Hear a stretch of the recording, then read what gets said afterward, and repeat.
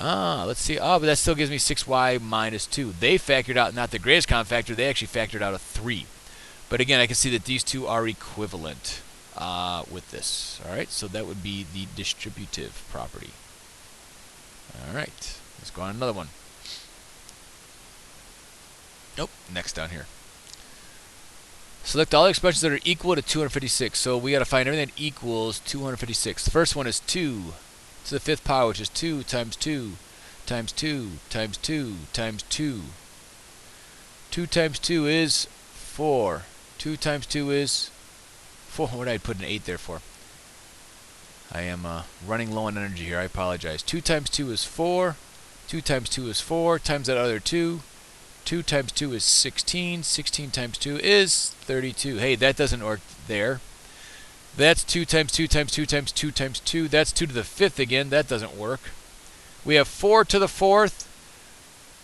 We have 4 times 4 times 4. Or we have 4 squared times 4 squared. Let's see. What is 4 to the 4th, first of all? That's 4 times 4 times 4 times 4. This gives me 16 times 16. 16 times 16 gives me 36. That's 9. That's 0. Cross out that 6. We're done that place value. 1 times 6 is 6. 1 times 1 is 1. That's 6. 15. Hey, that's 256. So this works. This also would work. Now how about that 4 squared times 4 squared?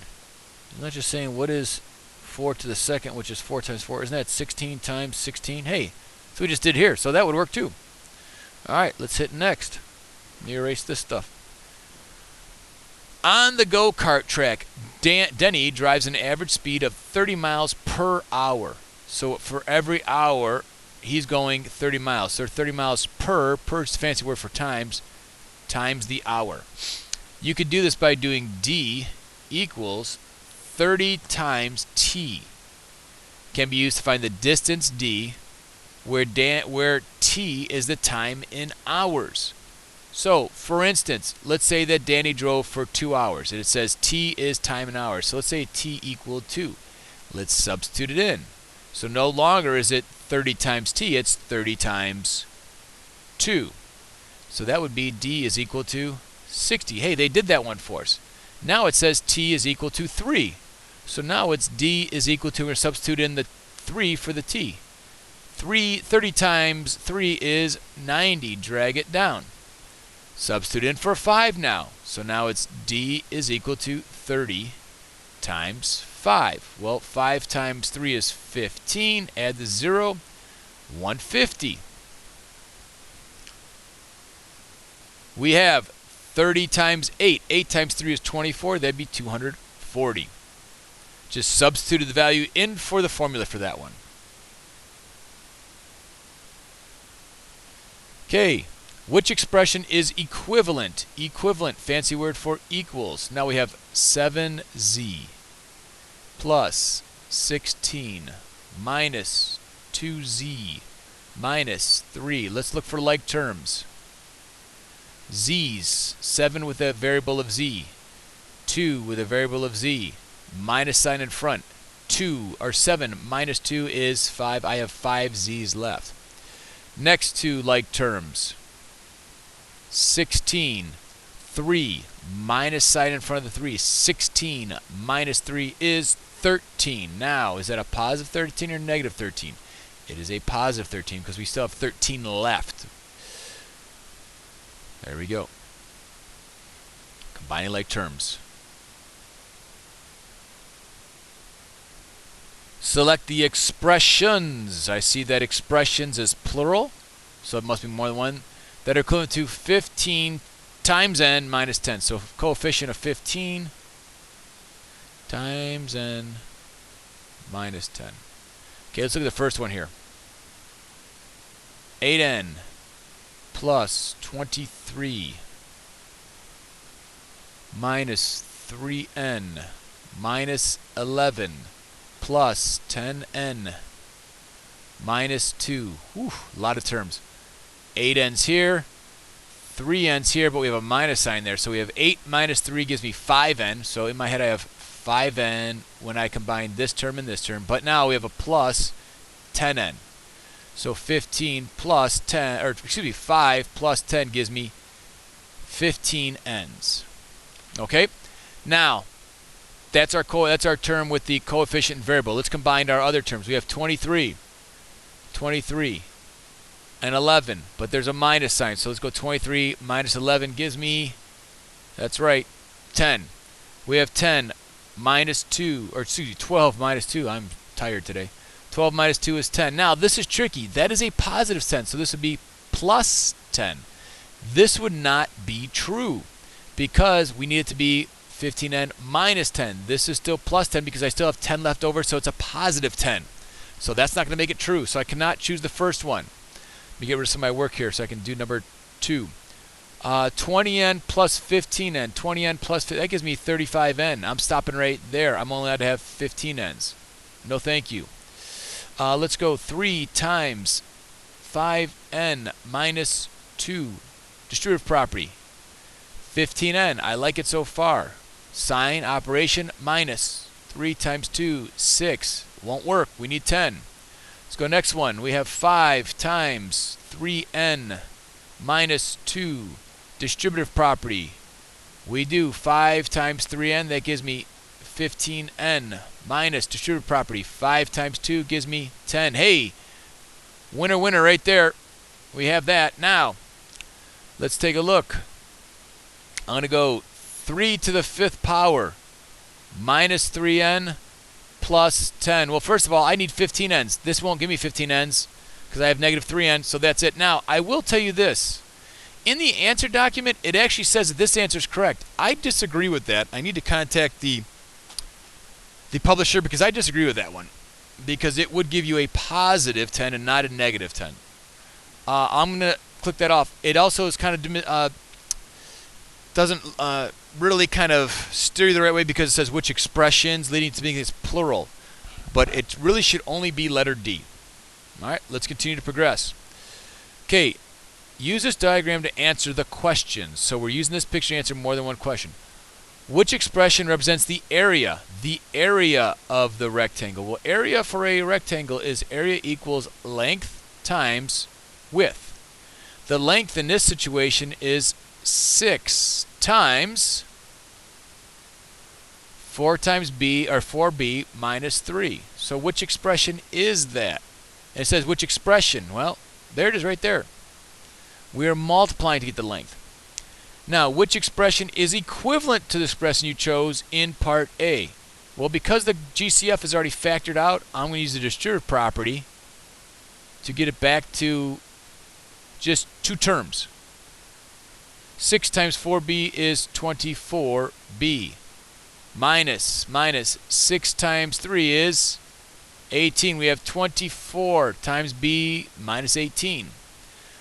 Find the area of the rectangle if b equals 4. Well, let's just do this. 6 times, now it's not 4 times b, it's 4 times 4 minus 3. Order of operations, multiply first side of those parentheses. 6 times, I believe 4 times 4 is 16. 16 minus 3. 16 minus 3 is 13. So we have 6 times 13. That would give me, let's see, 6 times 3 is 18. Carry the 1, that's 6, that's 78. We should get 78 square units. 78 square units. Oh, sorry, wrong thing. There I go. 78. Let's hit next. Let me erase all this stuff here. Okay. Charlotte says that the expression 4 times 2x minus 3 and 4 times x plus 2 plus 4x minus 14 are not equivalent because one expression is a product where one factor only has 2 terms and the other is an expression with 4 terms. Is Charlotte correct? Choose your best explanation. Well, let's take a look here. Let's just write it out. 4 times 2x minus 3.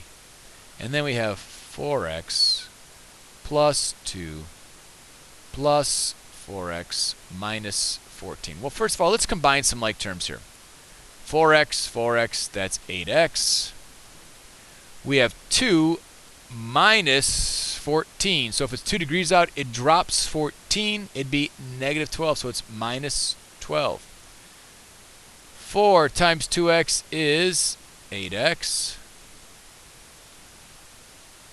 4 times 3 is 12. She says they're not equivalent because one expression is a product where one factor only has 2 terms, the other expression with 4 terms. Well, it doesn't really matter how many terms they have.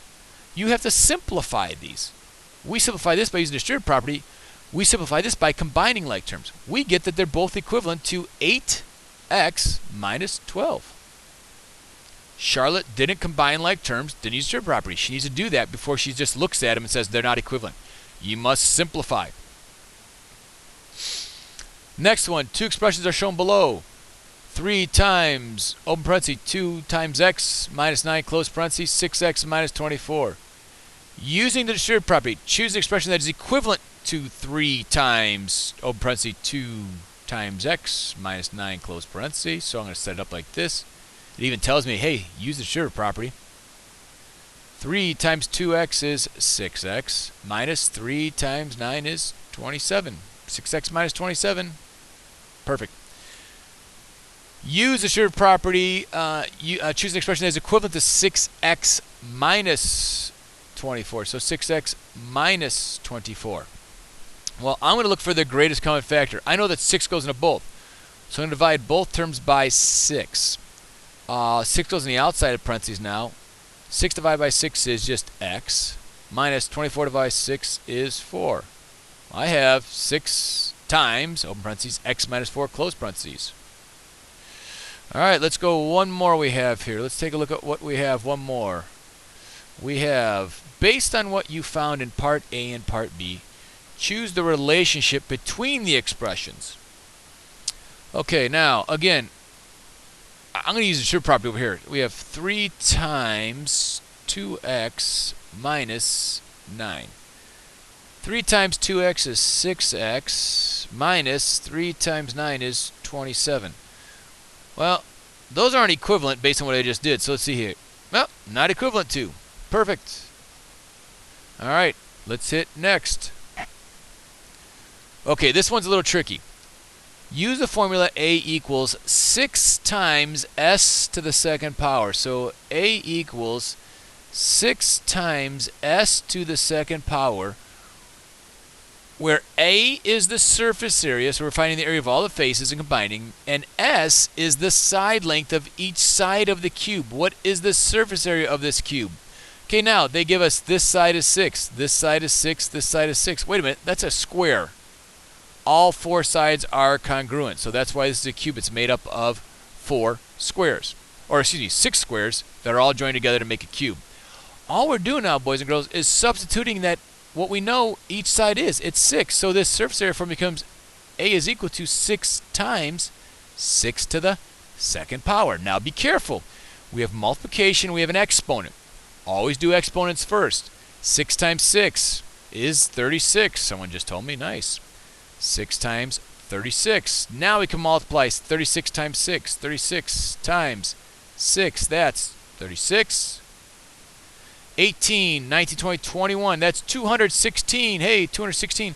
I don't like that they put cubic because surface area is square units. Should be cubic. Don't make that mistake. All right. Next, last question. Select the algebraic expressions that are equivalent to 3 times 12x plus 33 plus 4x. Okay, 3 times 12x plus 33 plus 4x. I'm going to use, well, let's see. This here, they just clustered it. Well, let's see. This can't be it. Or can it be? Let's take a look. Ooh. See, sometimes you just jump into things and you got to do some math first, Mr. Giamini. We go 3 times 12 is 36, but there's the x there, so it's 36x, plus 3 times 33 is 99, plus 3 times 4 is 12, but it's 12x. Now, I can stop and take a look, combine like terms, x's, plus sign. So that'll give me 48x plus 99. All right.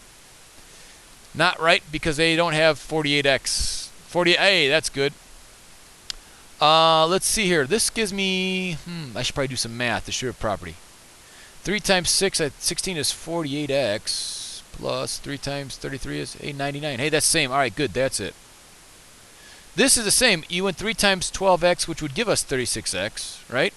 Plus 3 times 33, which is 99, and then plus 3 times 4, which is 12x. They just did this. They showed us what we were multiplying together.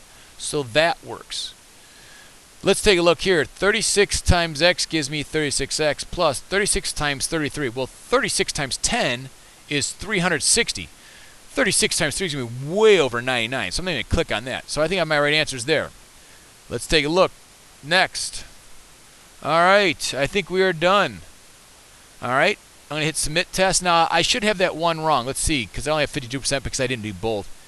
They're going to tell me I did have, I had 15 wrong. Let's see what we do wrong 15. I told you about why, 10 and 9 are wrong. Oh, 10 and 9 I didn't do yet. I think 15, that's why 10 and 9 are marked wrong because I didn't do them. I did those in a first video. But let's look at 11, or 15. See, that's what they're going to say. This is also the right answer, which I disagree with. And again, I'll talk to the publisher about that. But hope this helps you out for any kind of practice you can do leading up to the test.